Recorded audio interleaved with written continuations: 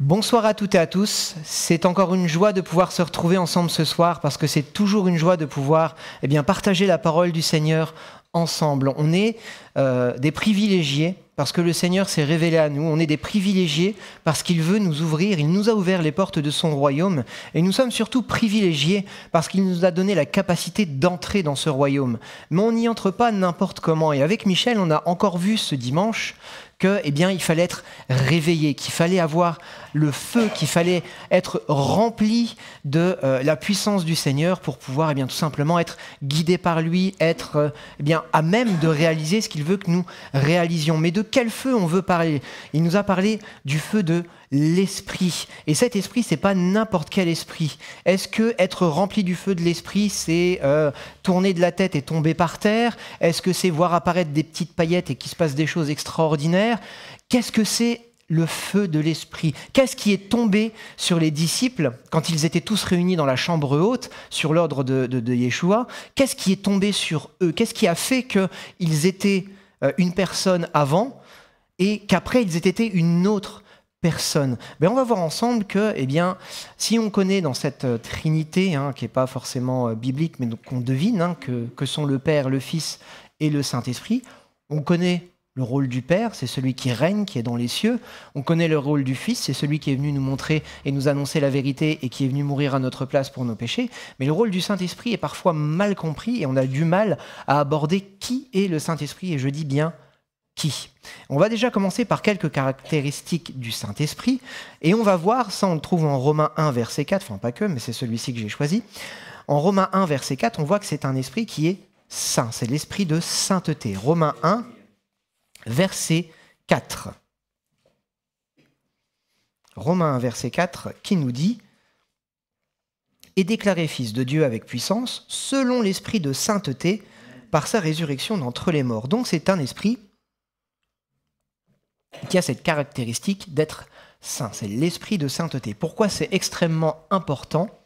C'est puisqu'il est saint, il est une partie de, enfin pas une partie de Dieu, il est Dieu, une facette qui se présente à nous. Puisqu'il est saint, si on veut pouvoir avoir une relation avec lui, si on veut pouvoir l'approcher, il va falloir que nous aussi nous nous sanctifions. Puisque c'est l'esprit de sainteté, il ne demeure qu'avec des personnes qui font l'effort de se mettre à part pour le recevoir. C'est un esprit qui est éternel. Hébreux 9, verset 14. Alors vous allez voir, c'est des caractéristiques, les caractéristiques de Dieu tout simplement. L'esprit est saint, l'esprit est éternel. Hébreux 9, verset 14. J'avais mon petit papier pourtant.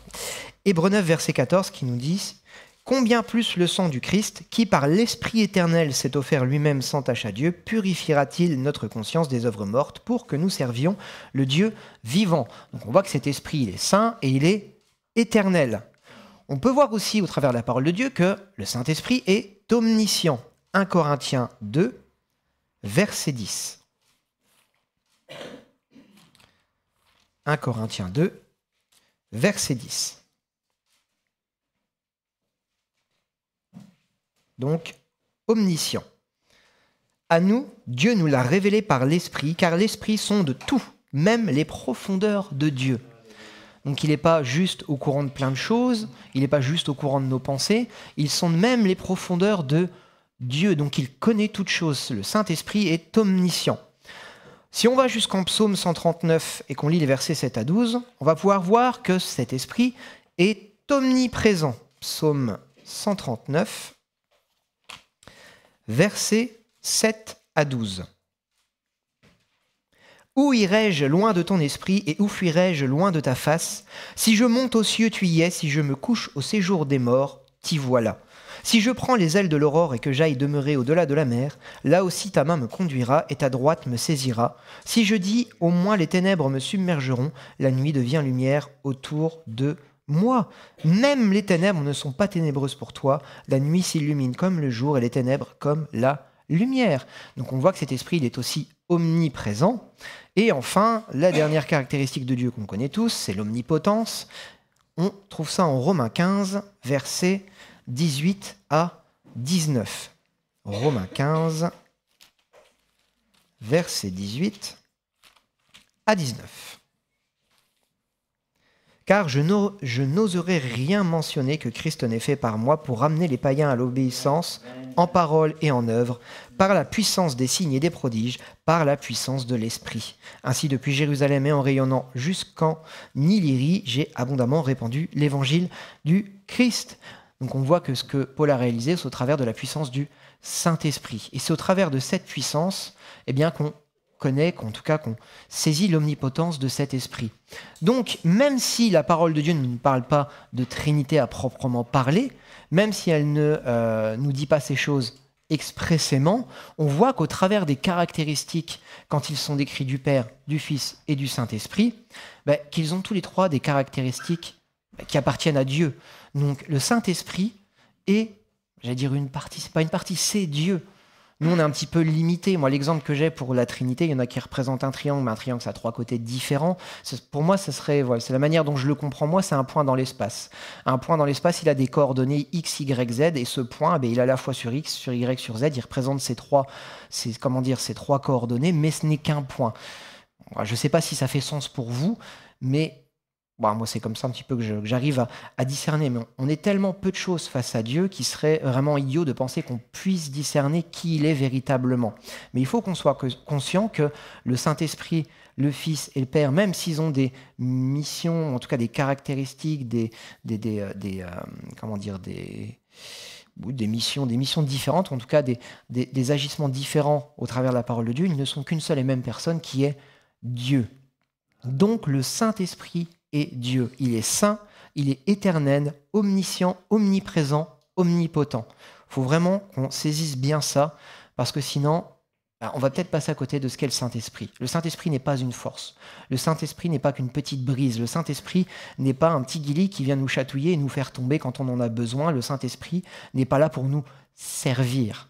Nous sommes là pour le servir comme lui nous le demande et avec les moyens qu'il nous donne. Et ça, on va le voir ensemble par après.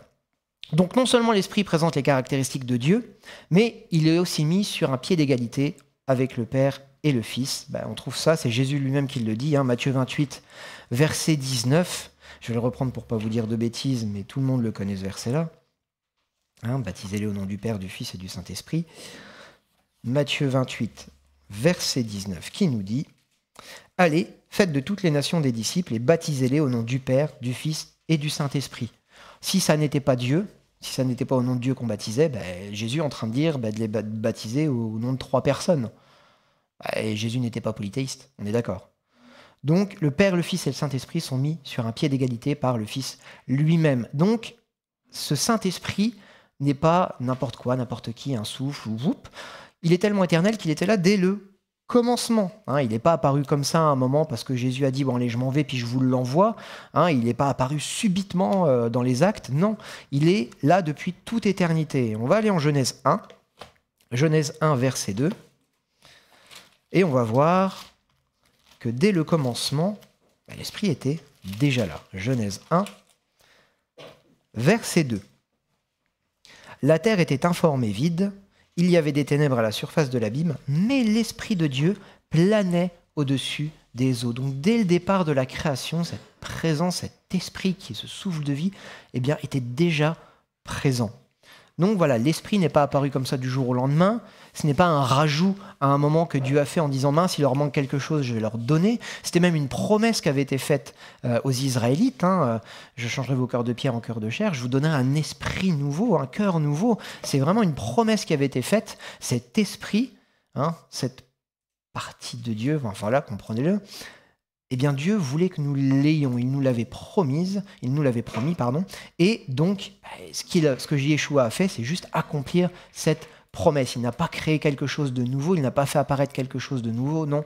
L'Esprit de Dieu, cette facette de Dieu, est présente depuis toute éternité. Pourquoi ?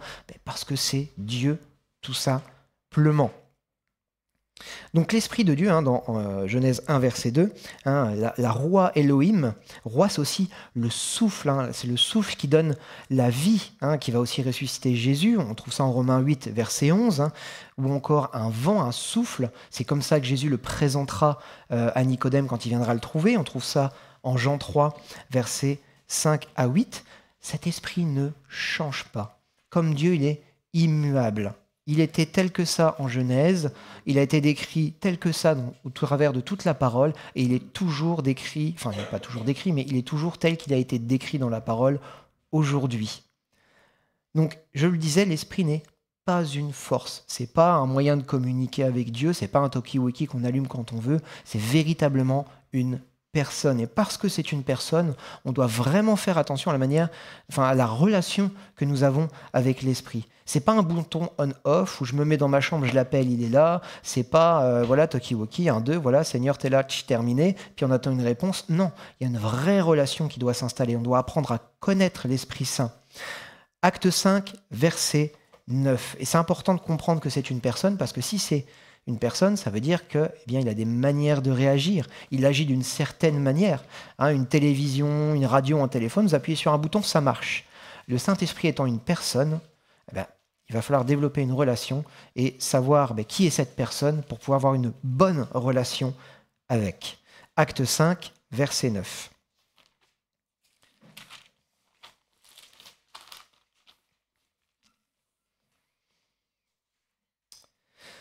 Donc c'est le fameux passage d'Ananias et Saphira. Alors Pierre lui dit, « Comment vous êtes-vous accordés pour tenter l'Esprit du Seigneur? Voici, ceux qui ont enseveli ton mari sont à la porte, ils t'emporteront. » L'Esprit peut être provoqué. Moi, je ne peux pas provoquer mon téléphone. Même si je suis en colère, que je l'insulte de tous les noms de mon téléphone, que je le claque par terre, si je ne l'ai pas trop claqué trop fort, je le reprends, il fonctionne, j'appuie sur les boutons, ça marche. Là, on peut provoquer l'esprit. On voit ce que ça a provoqué chez Ananias et Saphira. Ils sont tombés raides morts. Je vous rappelle que cet esprit qui était déjà là, qui était tel au commencement, est toujours le même aujourd'hui. Si Dieu use de bienveillance et de patience envers nous, il ne faut pas oublier que ça fait partie de son caractère aussi. Fin de la parenthèse. Mais voilà, cet esprit, on peut le provoquer par nos paroles, par nos agissements. Donc il faut qu'on fasse attention à notre manière d'agir, sinon on va le provoquer. Et les conséquences de cette provocation, ça peut être un éloignement, un écart, ça peut même aller jusque la mort. On le voit ici avec Ananias et Saphira, si vous relisez un petit peu le contexte de ce passage. Éphésiens 4, verset 30. Donc de la même manière, on ne provoque pas une force, on ne peut pas attrister une force. Je ne peux pas attrister une onde. Enfin voilà, les ondes qui parcourent l'air, on ne peut pas les attrister. On va voir que c'est pareil. Enfin, c'est pareil. Justement, ce n'est pas pareil avec l'Esprit Saint, puisque lui, on peut l'attrister. Éphésiens 4, verset 30. N'attristez pas le Saint-Esprit de Dieu par lequel vous avez été scellés pour le jour de la rédemption. On ne peut pas attrister une force. Vos biceps qui soulèvent peut-être de la fonte, vous ne pouvez pas les attrister.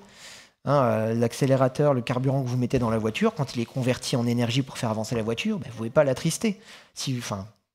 À moins que demain nous sortions des voitures avec une intelligence artificielle tellement développée qu'elle développe des émotions, oui, là vous pourrez les attrister. Mais on n'attriste pas un agent conversationnel. Voilà, quand vous avez un chatbot sur un site, vous pouvez lui dire ce que vous voulez, vous allez peut-être avoir des ennuis parce que vous allez dire des choses pas correctes, mais vous n'allez pas attrister le chatbot. Donc, de la même manière, l'esprit étant une personne, puisque c'est une personne, on peut l'attrister, on peut la rendre triste. Comment? En désobéissant, en ne faisant pas ce qu'elle nous demande, en faisant des choses qui font qu'elle va devoir s'éloigner de nous alors qu'elle ne veut pas s'éloigner de nous. Enfin, le Saint-Esprit, lui, ce qu'il voudrait, c'est avoir une relation et rester avec nous. Yeshua nous l'a envoyé non pas pour toujours être en discorde avec, mais au contraire, que nous puissions avoir une relation saine avec et que nous puissions comprendre ce que l'Esprit attend de nous pour pouvoir le mettre en pratique. Si on ne le fait pas, si on fait des choses qui sont contraires à sa volonté, on peut le provoquer ou l'attrister. Encore une fois, on n'attriste pas une force. C'est pas Star Wars, le pouvoir de la force, machin, tout ce que vous voulez. Le Saint-Esprit, c'est une personne. Romains 8, verset 27.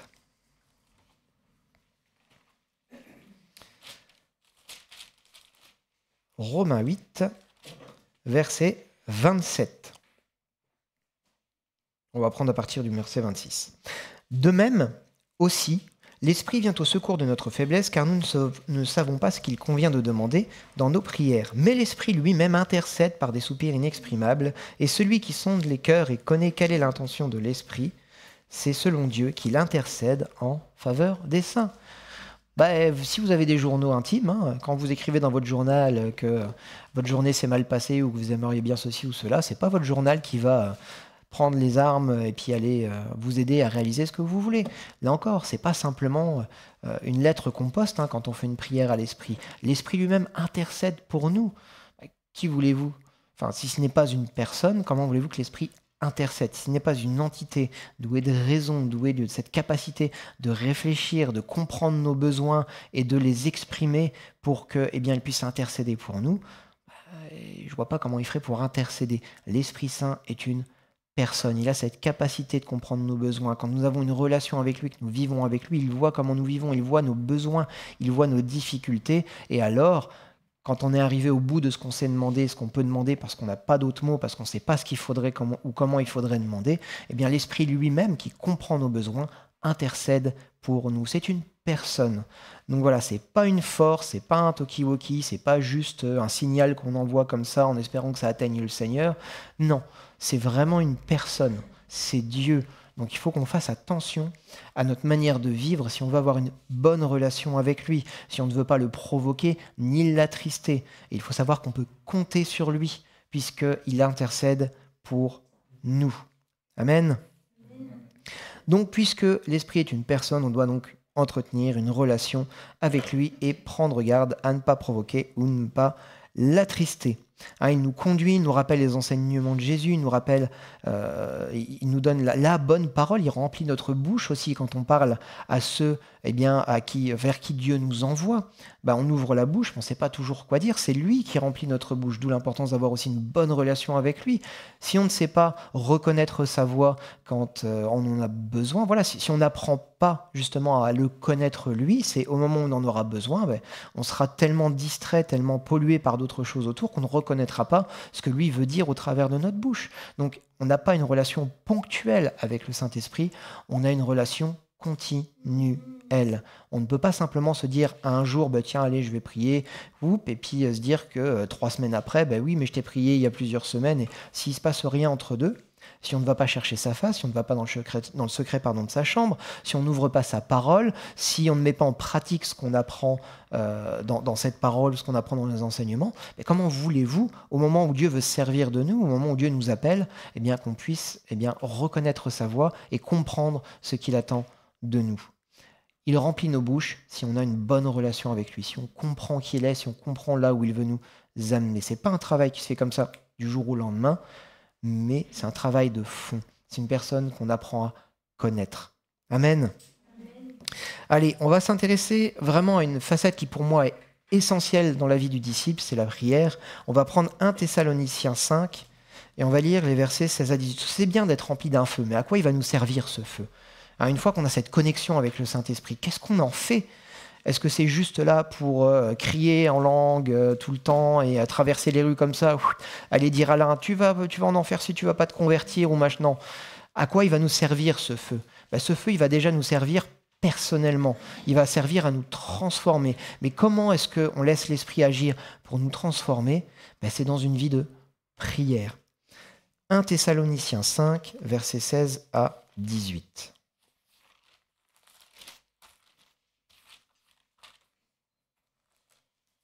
Thessaloniciens 5, versets 16 à 18. Je lis. Si quelque croyante a des veuves chez elle, qu'elle les assiste et que l'Église n'en ait pas la charge afin de pouvoir assister celles qui sont... Non, pardon, j'ai pris un Timothée. C'est Ti, mais c'est pas le bon. Alors, voilà, Thessaloniciens. Voilà, ça va aller mieux. 1 Thessaloniciens 5, versets 16 à 18.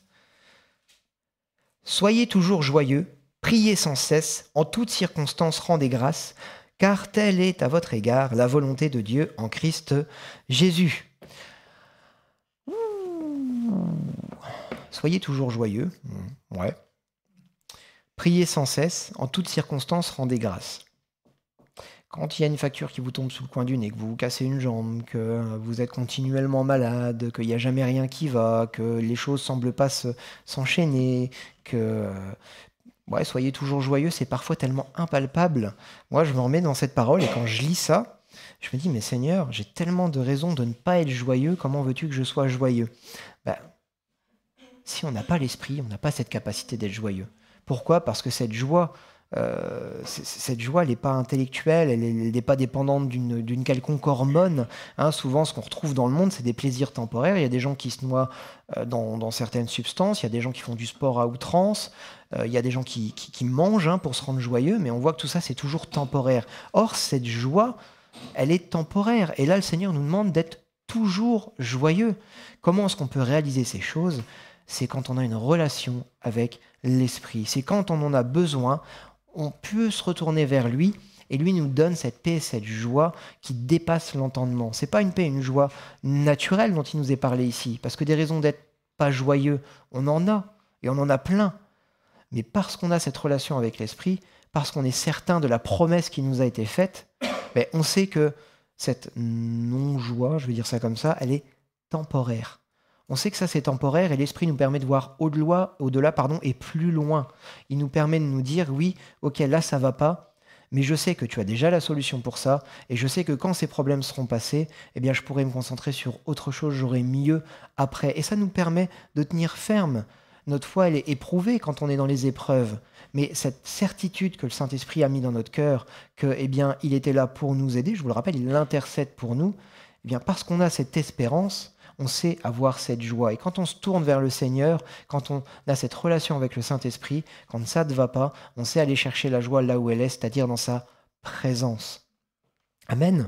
Il faut vraiment qu'on se concentre sur ça. Et comment est-ce qu'on arrive à aller dans sa présence et comment est-ce qu'on apporte nos sujets? Ça s'appelle la prière. Si on n'a pas de vie de prière, comment vous voulez être joyeux? Le Seigneur pourvoira, pas de vie de prière, les mains dans les poches, à droite, à gauche, puis ça va toujours pas, puis après, il y en a marre là, Seigneur, tu réponds pas, je t'ai demandé, tu sais ce qui va pas. Non, on doit avoir une vie de prière, une vraie relation. J'aimerais vraiment insister sur ce point. Le Saint-Esprit est une personne. Il faut qu'on apprenne à le connaître, qu'on ne l'attriste pas et qu'on apprenne vraiment à reconnaître sa voix et à écouter sa voix. Lui nous connaît parfaitement, donc j'allais dire un échange, mais lui nous connaît. Même avant qu'on lui présente nos besoins, il les connaît nos besoins. Mais qu'est-ce qui réjouit le cœur de Dieu? C'est quand avec foi, on s'approche de lui pour lui dire « j'ai ça qui va pas, mais je sais que tu peux y pourvoir, donc je ne veux pas me laisser abattre. Seigneur, je t'ai donné mes besoins, mais toi, qu'est-ce que tu attends de moi ?» Il n'y a que dans la prière qu'on peut aller chercher ces choses. Il n'y a que dans une relation saine qu'on peut aller chercher ces choses. Dieu n'est pas un tiroir-caisse. Il faut se rappeler que Dieu est Seigneur. Il est sauveur, certes, mais il est avant tout Seigneur. Et ces œuvres qu'il nous a préparées, il veut que nous les accomplissions. Donc si on veut vraiment connaître cette paix et cette joie que le Seigneur veut nous donner, ça sera dans l'action. Et ça démarrera toujours dans la prière. Priez sans cesse et en toutes circonstances, rendez grâce. Pour rendre grâce, il faut avoir des raisons de rendre grâce. Il faut être convaincu de son salut. Parce que si tu n'es pas convaincu de ton salut, que peut-être que tu seras sauvé ou pas. Comment veux-tu rendre grâce à Dieu déjà pour ça? Si Dieu ne fait jamais rien dans ta vie, parce que tu n'as pas de relation avec lui, parce que tu ne veux pas marcher dans ses voies, pourquoi tu vas lui rendre grâce? Tout ça, c'est un cheminement. Et tout ça commence dans la prière. Donc, prier sans cesse en exprimant notre reconnaissance, nos besoins, pour demander sa volonté, pour intercéder. On est appelé vraiment à prêter attention à tout ce que l'Esprit veut nous dire. Alors, ce n'est pas une tâche facile, mais c'est une tâche, encore, je le répète, qui se construit dans la durée. Parce qu'au départ, on ne sait pas, on ne connaît pas véritablement la voix du Seigneur, on ne sait pas trop ce qu'il attend de nous. Mais plus on va avoir les regards plongés dans sa parole, plus on va passer de temps dans la prière, plus on va passer de temps dans l'assemblée aussi pour pouvoir savoir un petit peu ce que Dieu attend de nous, les dons et les talents qu'il nous a donnés et la manière dont il veut qu'on les emploie. Plus on passera de temps à ces choses, moins elles seront mystérieuses. Pourquoi?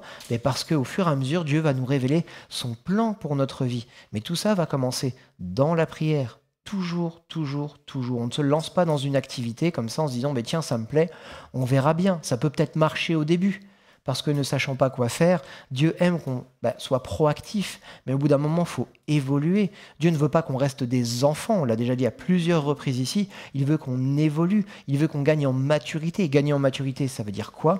Ça veut dire qu'on est capable, au moment où Dieu nous appelle, de reconnaître sa voix et de se mettre en marche de la manière dont il veut que nous nous mettions en marche.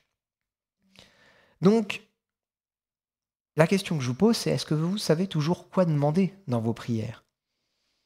Est-ce qu'à un moment, vous n'êtes pas retrouvé déjà sec en disant, mais voilà, Seigneur, je t'ai porté mes sujets, je t'ai demandé ta volonté si mes décisions là étaient les bonnes. Est-ce qu'à un moment, vous n'êtes jamais vraiment retrouvé sec devant le Seigneur? Sachez qu'à ce moment-là, on a le Saint-Esprit qui peut prendre le relais. On va le relire, c'est Éphésiens 6, verset 18. C'est quand on ne sait plus quoi dire, le Saint-Esprit, il est là pour nous aider à aller plus loin dans nos prières. Éphésiens 6, verset 18. Non, c'est pas celui-ci. Donc Éphésiens 6, verset 18, qui nous dit « Priez en tout temps par l'Esprit, avec toutes sortes de prières et de supplications, veillez-y avec une entière persévérance. » Non, c'était un autre verset que je pensais, on va le reprendre plus tard, je pense. Donc Éphésiens 6, verset 18, lui, il nous encourage à prier en tout temps par l'Esprit. Donc là aussi, si l'Esprit nous met à cœur des prières, est-ce que c'est moi qui veux ça? Est-ce que c'est l'Esprit qui me dit ça? Est-ce que c'est l'adversaire qui me met ces pensées-là? Si on ne connaît pas la voix de l'Esprit, si on ne connaît pas la parole pour discerner ce qui est bon et agréable au Seigneur, comment est-ce qu'on peut prier par l'Esprit? Prier par l'Esprit, il n'y a rien de mystique. Souvent, quand on lit ça, on se dit « Oh tiens, le Seigneur va me parler, je vais entendre sa voix, il va me mettre des paroles. » Non, il n'y a rien de mystique, c'est de l'expérience, c'est de la mise en pratique.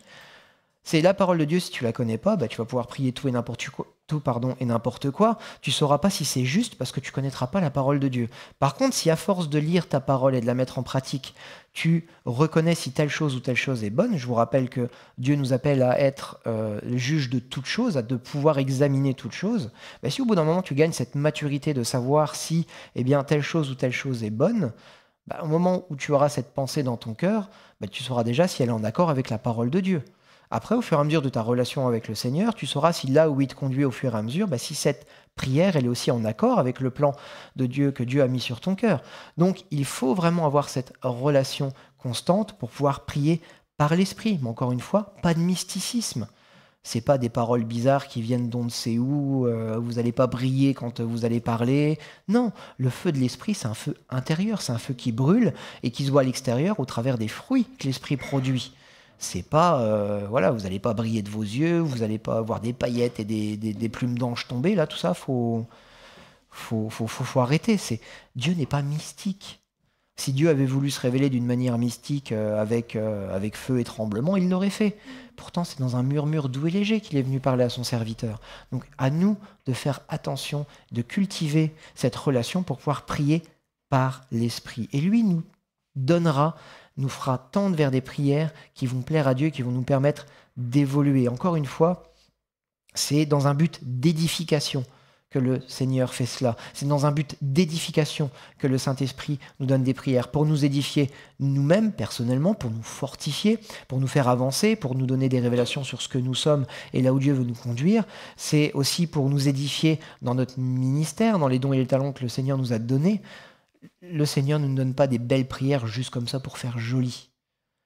Voilà, Dieu, il ne s'embarrasse pas du superflu. Dieu, il va à l'essentiel avec nous. On est déjà suffisamment compliqué comme ça pour que lui en remette une couche. Donc ces prières seront des prières d'édification. Là aussi, ça peut être un point aussi pour vous aiguiller. Tiens, j'ai tel ou tel désir. Si c'est des pensées un peu délirantes qui ne sont pas du tout en accord avec le plan du Seigneur et qui ne vont pas vous édifier, il y a peut-être des chances que ce ne soit pas lui. Bref, Jacques 4, versets 2 à 5. Jacques 4, versets 2 à 5.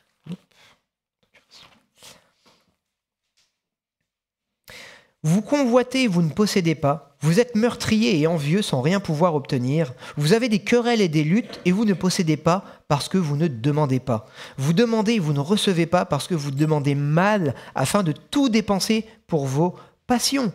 Adultère, ne savez-vous pas que l'amour du monde est inimitié contre Dieu?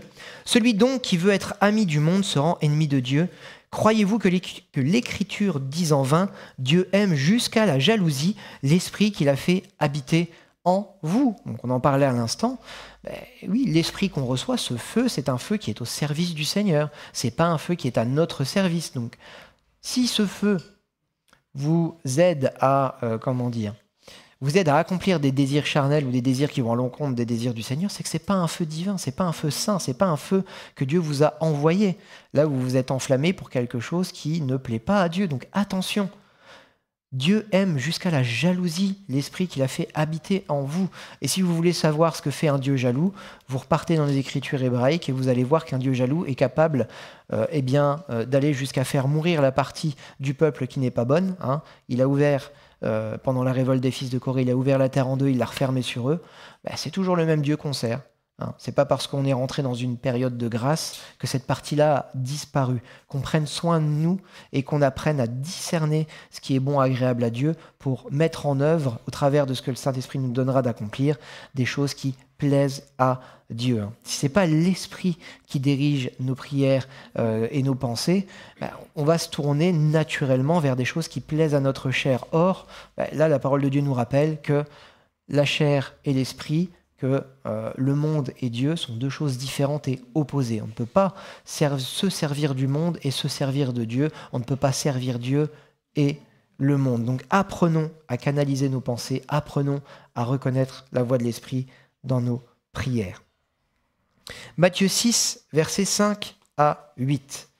Comment est-ce qu'elles doivent se faire ces prières? Matthieu 6, versets 5 à 8.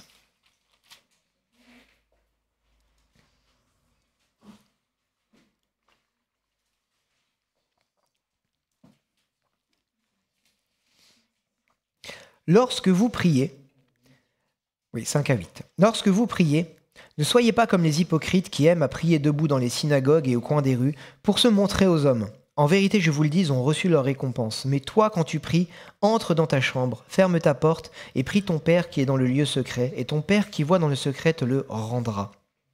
En priant, ne multipliez pas de vaines paroles comme les païens qui s'imaginent qu'à force de paroles, ils seront exaucés. Ne leur ressemblez pas, car votre Père sait de quoi vous avez besoin avant que vous le lui demandiez. Prier, c'est pas réciter la Bible de A à Z, montrer qu'on a de la connaissance, prier dans le vent, encore une fois. Prier, si on veut prier par l'Esprit, on peut très bien le faire dans le lieu secret. Et c'est pas la peine, voilà, on peut peut-être avoir des tics de langage, mal parler, pas connaître vraiment bien la parole, mais une prière, c'est une prière qui vient du cœur.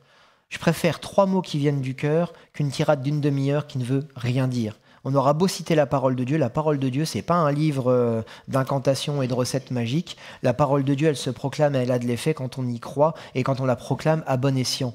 Si vous proclamez les paroles de Dieu pour vous servir vous-même, ne marchera jamais. Par contre, si vous avez un besoin particulier parce que votre Père sait de quoi vous avez besoin avant que vous le demandiez. Si vous avez un besoin et que vous vous appuyez sur la parole de Dieu, sur les promesses qui vous ont été faites, parce que légitimement, vous avez besoin du Seigneur, si vous êtes au fond du trou et que vous avez besoin que le Seigneur vienne vous secourir, quand un malheureux crie, le Seigneur l'entend et le délivre de toutes ses détresses. Donc si vous êtes dans la détresse, dans une épreuve que vous n'avez pas cherchée, qui vous est tombée dessus et que vous comptez sur le Seigneur, criez à Dieu, il vous répondra, c'est dans sa parole. Il vous l'a promis. Et Dieu n'est pas un homme pour mentir. Par contre, si vous avez envie de vous acheter la dernière Mercedes, je ne sais pas combien de chevaux, avec tout intérieur cuir, la sono qui va avec, juste pour frimer avec vos copains, que vous n'en avez pas les moyens et que vous demandez au Seigneur d'ouvrir les comptes en banque pour pouvoir vous l'acheter, je crois que vous allez pouvoir attendre longtemps. Ce qu'il faut, c'est vraiment, dans nos prières, être sincère. Ça ne sert à rien de mentir à Dieu, de cacher des choses. Dieu, il sonde les cœurs et les reins, il connaît toutes choses. L'Esprit, on l'a vu tout à l'heure, il est omniscient. On ne peut rien lui cacher. Avant même qu'on vienne vers lui, il sait ce qu'il y a dans notre cœur. Il faut qu'on approche d'un cœur sincère. Ça ne sert à rien de prier 150 000 fois sur les mêmes choses. Il y a des prières qui valent le coup. On se rappelle de cette parabole de la vieille femme et du juge unique. C'est cette vieille femme qui va seriner le juge tous les jours, jusqu'à ce qu'elle obtienne ce qu'elle veut. Il y a des prières qui sont bonnes à faire. Dieu veut voir jusqu'où on est prêt à aller. Il veut voir jusqu'où on est prêt à aller pour voir sa volonté s'accomplir. Il y a des prières qui sont bonnes, mais arrêtons les enfantillages quand on vient vers le Seigneur. Le Seigneur sait de ce dont nous avons besoin, qu'on puisse vraiment chercher le royaume des cieux en premier, s'approcher de lui avec ce désir de le voir agir, mais pas de le voir agir pour notre propre gain, de le voir agir pour que son royaume progresse, pour que des âmes soient touchées, pour que des vies soient transformées, pour que notre vie soit transformée. Le Saint-Esprit n'accomplira pas des prières qui sont creuses et vides et enfantines. Donc vraiment Voilà, la prière, c'est pas simplement. Alors oui, on fait des prières ensemble ici, on prie ensemble, on se rassemble, nous on se rassemble tous les lundis soirs pour porter au trône du Seigneur des requêtes. Pourquoi ? Parce que la parole de Dieu nous dit aussi que là où 2 ou 3 sont assemblés, il est présent au milieu de nous. Et si 2 ou 3 s'accordent pour lui demander quelque chose en son nom, ça lui sera accordé. Donc si on est réunis ensemble, qu'on s'accorde pour demander des choses qu'on sait bonnes, que ce soit la guérison, la progression, la délivrance, des choses comme ça, bien sûr que Dieu va nous l'accorder. Pourquoi ? Encore une fois, sa parole nous le dit. Et Dieu n'est pas un homme pour mentir. Mais dans ses prières, encore une fois, c'est pas la peine de faire des tirades d'une demi-heure qui sont creuses et vides de sens. Si on a juste envie de montrer qu'on a de la connaissance et qu'on sait annoncer la parole de Dieu, non, c'est pas ça que Dieu recherche. Il recherche des cœurs sincères, il recherche des prières efficaces, dites par l'Esprit, encore une fois. Romains 8, versets 26 et 27. Parce que Dieu connaît nos limitations. On a beau connaître la parole de Dieu, on a beau connaître les versets à proclamer pour parce qu'on a envie de les voir s'accomplir. À un moment, Dieu est quand même conscient qu'on est des hommes, des êtres humains limités. Et qu'est-ce que Dieu fait dans ces limitations ? Romains 8, versets 26 et 27.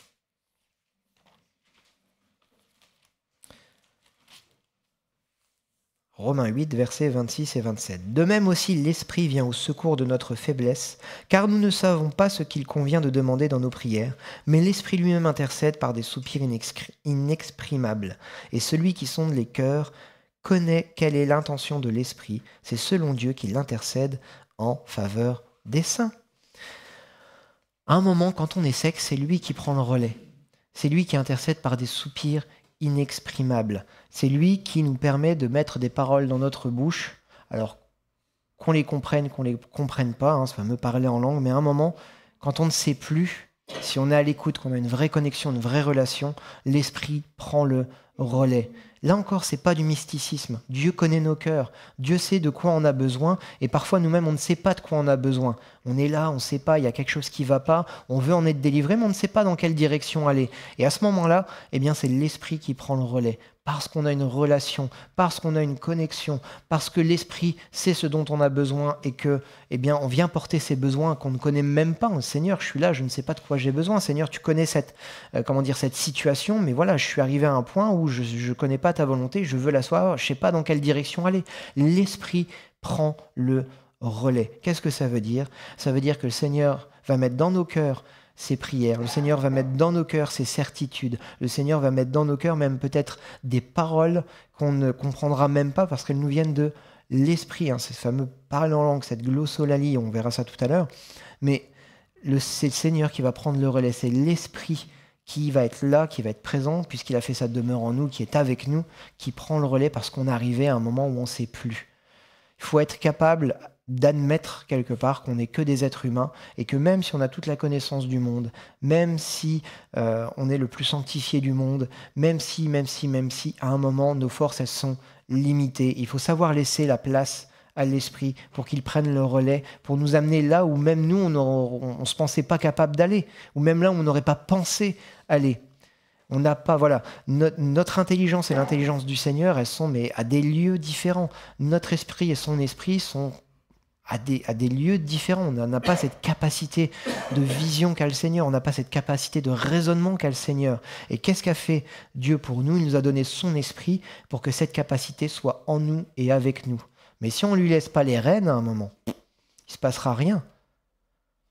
C'est comme le GPS, il est à côté. Oui, non, moi je sais. Tourner à droite, non, c'est par là, c'est plus court. Tout droit, allez tout droit. Non, je sais que par là, c'est plus court, c'est un raccourci.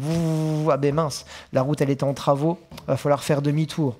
Ou alors tourner à droite, non, par là, c'est un raccourci. C'est la nuit, il y avait un pont, tu ne l'as pas vu, pouf, t'es tombé. C'est déjà malheureusement arrivé à des personnes qui ont suivi bêtement leur GPS. Nous, il faut qu'on soit attentifs. Quand le Seigneur nous parle, il faut qu'on sache reconnaître sa voix et changer de direction au besoin. Par des soupirs inexprimables, l'Esprit présente nos prières à Dieu en intercédant pour nous auprès de Dieu. Dans nos maladresses, nos difficultés à nous exprimer, l'Esprit exprime nos prières à notre place devant Dieu. Voilà, et plus que traduire notre pensée, L'Esprit peut aussi nous inspirer des prières incompréhensibles pour nous. On va le voir de deux manières différentes. Là, on va aller en acte 2, on va prendre le verset 4 et 6, ce fameux jour de la Pentecôte. Il s'est passé une chose extraordinaire. Acte 2, versets 4 à 6.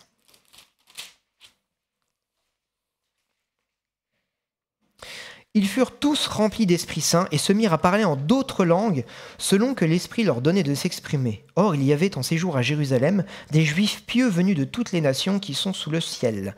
Au bruit qui se produisit, la multitude accourut et fut bouleversée parce que chacun les entendait parler dans sa propre langue. Ils étaient hors d'eux-mêmes et dans l'admiration et disaient « Voici, ces gens qui parlent ne sont-ils pas tous galiléens? Comment les entendons-nous, chacun dans notre propre langue maternelle ?» Donc on voit que là, ce qui s'est passé, c'est qu'ils ont été saisis. C'est des Galiléens. À l'époque, il n'y avait pas de train, il n'y avait pas Internet, il n'y avait pas Babel ou comment ça s'appelle ça, Duolingo qui nous apprenait des langues étrangères. Ils étaient Galiléens, ils parlaient la langue du pays. Peut-être certains marchandaient-ils avec des marchands de passage et connaissaient peut-être les rudiments d'une autre langue pour pouvoir parler avec eux, mais en tout cas, ils étaient de Galilée. Et voilà que, puisque c'était le jour de Shavuot, qui était une fête de l'Éternel, tout le monde s'était rassemblé, enfin les Juifs s'étaient rassemblés de partout où ils habitaient, ils étaient montés à Jérusalem, et ils se retrouvent avec des gens qu'ils savent habiter ici, qui ne connaissent pas leur langue et qui parlent leur langue. On appelle ça la xénolalie, donc les langues étrangères, et l'Esprit a mis dans leur bouche ces paroles que eux ne comprenaient pas, mais que les gens qui étaient autour d'eux pouvaient comprendre. Donc là, c'est l'Esprit qui vraiment leur a mis sur le cœur ces paroles qui ont touché les gens qui étaient autour d'eux et d'eux-mêmes, puisque l'Esprit est le même hier, aujourd'hui, éternellement. Nous aussi, l'Esprit peut parfois nous saisir. Alors moi, je ne l'ai pas encore vu. Je sais que Vincent nous avait déjà raconté des témoignages que lui a vécu d'une personne qui était rentrée et qui avait entendu quelqu'un prier dans sa langue. Je ne sais plus quelle langue c'était, mais ce n'était pas une langue commune en tout cas. Ce n'était pas de l'italien, par exemple. On a beaucoup d'Italiens ici, donc on pourrait se dire « Oh oui, il a parlé dans une langue qu'il connaissait ». De mémoire, c'était une langue de l'Est, un truc bien barbare, impossible à apprendre, ou en tout cas en 2 temps, 3 mouvements. Donc, vous ne pouvez pas l'inventer. Cette personne est rentrée, a entendu quelqu'un parler dans sa langue, est venue le trouver en parlant dans sa langue. La personne l'a regardé... je ne vous comprends pas. Et en fait, cette personne avait reçu une prière par l'Esprit qu'il a exprimée, et cette personne l'avait entendue, elle était pour elle. Donc bien sûr, l'Esprit peut faire ces choses, il peut nous faire parler dans des langues étrangères. Ce sont des manifestations qui existent. Mais il y a une autre forme d'inspiration que le Seigneur peut nous donner, que l'Esprit peut nous donner, c'est donc justement la glossolalie, ou le parler en langue. 1 Corinthiens 14, verset 12. 1 Corinthiens 14, verset 12. De même vous, puisque vous aspirez aux dons spirituels, que ce soit pour l'édification de l'Église, que vous cherchiez à les avoir en abondance. J'ai peut-être été un peu vite. Non, c'était pas 12, c'était 2, pardon. 12, c'est plus tard. 1 Corinthiens 14, verset 2. En effet, celui qui a parlé en langue ne parle pas aux hommes, mais à Dieu, car personne ne le comprend, et c'est en esprit qu'il dit des mystères. Donc ce parler en langue, il va être pourquoi? Il va être pour une édification personnelle principalement. Le parler en langue, c'est ces fameux aussi soupirs inexprimables que Dieu nous permet quand on est arrivé au bout de nous, qu'on ne sait pas quoi dire, qu'on ne sait plus quoi faire. L'Esprit peut nous saisir et nous faire proclamer des paroles que nous-mêmes nous ne comprenons pas pour nous édifier. Paul dira, je parle plus que vous en langue. Pourquoi? Parce que lui, il s'édifiait encore plus que les autres. Il avait cette relation particulière avec le Seigneur, cette relation encore plus poussée qui lui a permis d'accomplir tout ce qu'il a accompli. Mais il précise bien que c'est dans un but d'édification. Elles ne sont pas influencées par notre intelligence. On voit ça au verset 14 du même chapitre. Car si je prie en langue, mon esprit est en prière, mais mon intelligence demeure stérile. Voilà, puisqu'on ne comprend pas. Si je vous dis de penser en russe maintenant, vous allez vous retrouver, à moins de connaître le russe, vous connaissez peut-être 3 mots de russe, vous n'allez pas penser grand-chose. C'est ce que Paul dit. Quand on parle en langue, c'est l'esprit qui agit. C'est au travers de l'esprit qu'il se passe des choses. Notre intelligence, là, elle ne peut pas faire grand-chose. Donc c'est une édification personnelle, puisqu'incompréhensible. On trouve ça au verset 4. Celui qui parle en langue s'édifie lui-même. Celui qui prophétise édifie l'Église. Pourquoi est-ce que Paul dit ça là? Parce que cette prière, elle est principalement destinée à s'édifier soi-même et il met en garde, attention dans les assemblées, à ne pas utiliser ce don n'importe comment. Pourquoi? Parce que si j'aime... Imaginez un peu, on est là, réunis, tranquille, et puis là, tout le monde se met à parler en langue. Puis là, il y a quelqu'un qui rentre, ne connaît pas le Seigneur, et il voit ça. Verset 23. Si donc l'Église entière se rassemble, que tous parlent en langue et qu'ils surviennent de simples auditeurs ou des non-croyants, ne diront-ils pas que vous êtes fous? Bah ouais. Alors, nous, on saura peut-être qu'on n'est pas fous, mais on n'aura pas agi avec sagesse. Il y a une chose, cette parole, si on l'a dans le cœur et qu'on l'exprime, il y a un autre don qui est important qui va avec, c'est le don d'interprétation des langues. On l'a déjà vécu ici, j'ai d'autres frères qui l'ont aussi vécu dans d'autres assemblées. Les deux vont de pair. Si une parole en langue est donnée, forcément quelqu'un reçoit l'interprétation. Mais il faut en avoir reçu la conviction.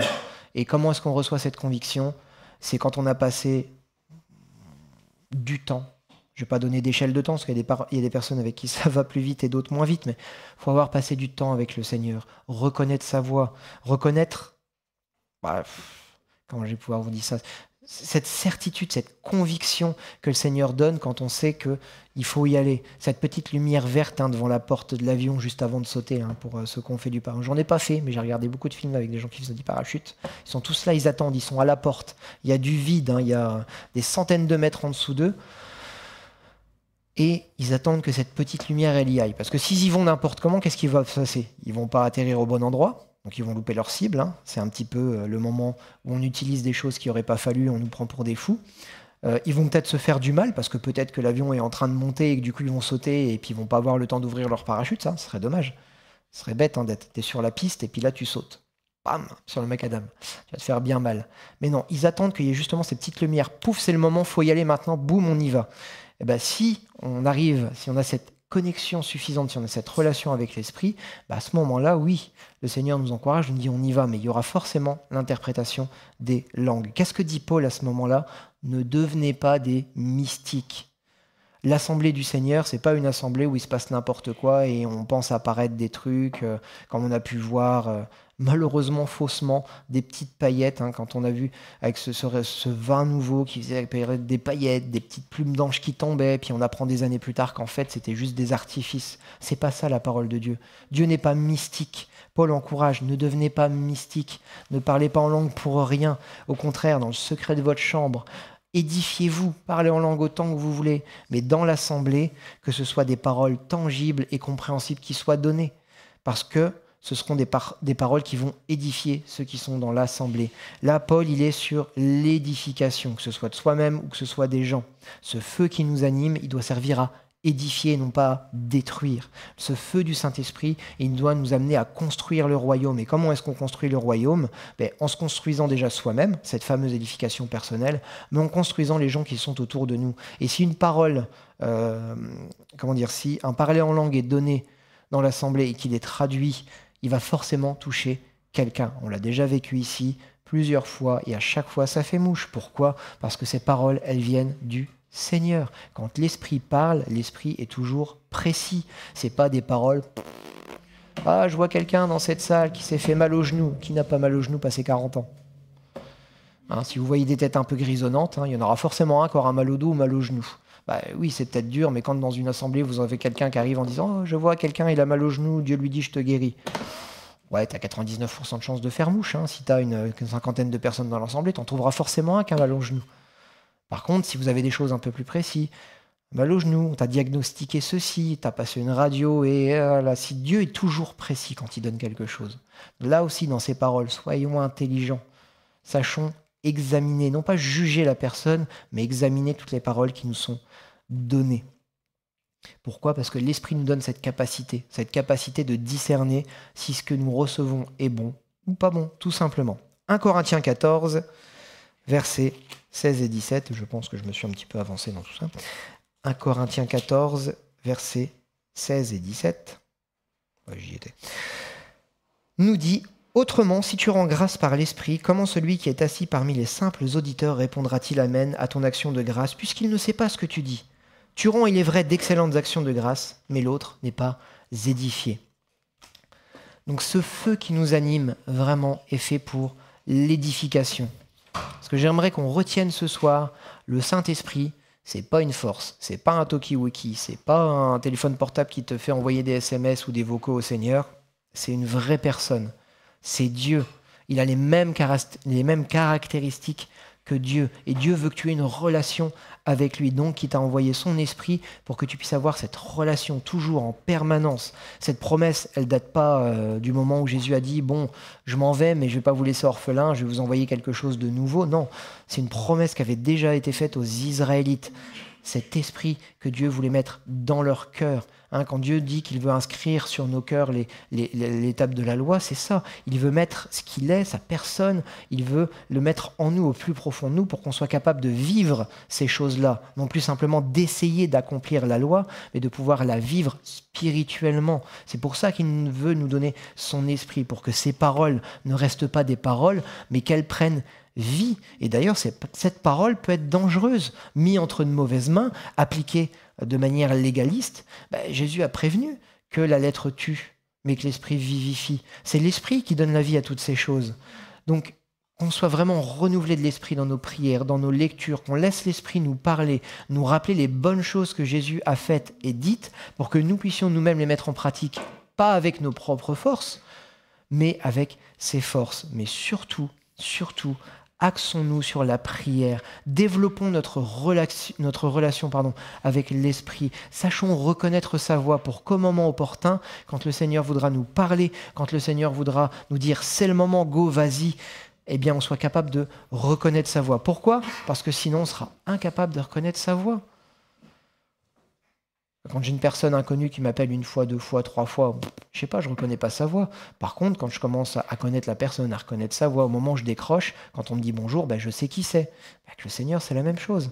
Si tu vas voir le Seigneur dans ton lieu secret une fois tous les 3 mois, t'attends pas à ce qu'il se passe grand-chose, ne t'attends pas à ce que Dieu agisse dans ta vie, parce que même s'il voulait agir, tu ne saurais pas que c'est lui. Par contre, si tu commences à avoir cette relation avec lui, à comprendre qui il est, la manière dont il agit, ce qu'il aime et ce qu'il n'aime pas, ce qu'il nous a laissé au travers de sa parole, c'est sa personnalité, c'est sa personne. Donc, si tu comprends, si tu discernes ce qui est bon et agréable au Seigneur, au bout d'un moment, tu auras suffisamment de maturité pour dire « Ok, je sais que c'est le Seigneur qui me parle, je sais que je peux y aller ». Et enfin, le bon filtre, si vous voulez savoir si c'est véritablement l'Esprit qui vous parle, ça sera toujours dans un but d'édification. Ça peut faire mal. Pourquoi? Parce que pour édifier, le Seigneur nous a prévenu qu'il allait devoir parfois raser certaines choses, qu'il allait devoir parfois renverser les forteresses qu'on s'était dressées dans nos vies, nos faux raisonnements, notre culture qui est parfois redressée, l'éducation qu'on a reçue qui n'est pas bonne, l'éducation qu'on a reçue qui est à refaire ou à rectifier. Il va vouloir faire toutes ces choses et c'est difficile, mais c'est pour notre bien, c'est toujours dans un but d'édification. Aussi bien pour nous-mêmes que pour celui qui est à côté de nous. Si ce que nous faisons ou ce que nous croyons faire qui vient du Seigneur détruit celui qui est à côté de nous, c'est que ça ne vient pas du Seigneur. Par contre, encore une fois, même si ça lui fait mal dans le but de l'édifier, de pouvoir aller plus loin avec le Seigneur, ça c'est de l'édification. Donc l'Esprit nous poussera toujours à nous édifier et à édifier celui qui est à côté de nous. Il ne nous rendra pas mystiques. Le mysticisme, c'est bon pour les sectes et pour les mouvements qui pensent avoir reçu la vérité mais qui ne sont pas dedans. Le mysticisme, ça nous fait croire que Dieu est inatteignable.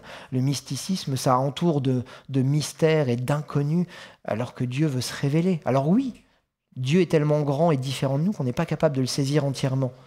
Mais dans ce qui est important pour nous, Dieu s'est révélé à nous. Et l'Esprit fait ce travail en nous.